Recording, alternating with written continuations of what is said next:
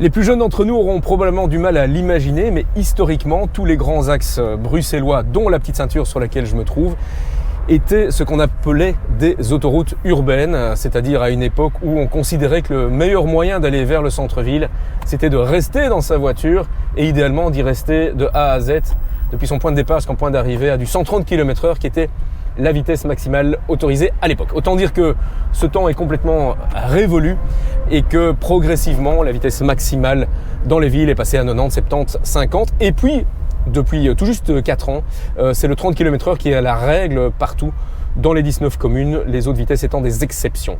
L'occasion 4 ans après du coup de faire un petit peu le bilan des choses. En quoi est-ce que c'est positif? Eh bien tout d'abord au niveau du bruit, puisque la nuisance sonore ont diminué en moyenne de 2 à 5 décibels.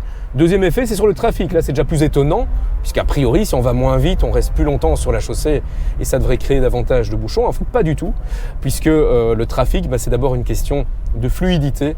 Et donc, si on a du 30 km/h en moyenne, on va moins souvent freiner, accélérer. C'est ça qui crée les bouchons. Si on freine et qu'on accélère moins, troisième conséquence, c'est sur la consommation, la pollution, les émissions de CO2 qui sont également en diminution. Et puis, dernière conséquence positive, évidemment, et par ordre d'importance, peut-être la première, c'est la sécurité.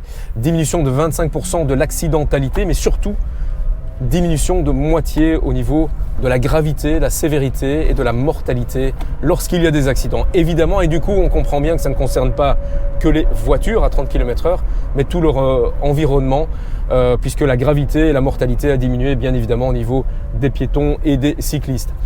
Le 30 km/h, en réalité, ce n'est pas qu'une histoire de voiture, et preuve en est, c'est parce que on a maintenant des zones 30 qu'il a été également possible, partout où il était impossible de créer des voies privatives séparées pour les cyclistes, comme c'est le cas ici rue Belliard, eh bien on a pu intégrer les voies cyclistes en partie sur la chaussée. Pourquoi? Parce qu'à partir du moment où 4 roues et 2 roues roulent tous les deux plus ou moins 30 km/h, il y a moins de risques d'accidentalité également.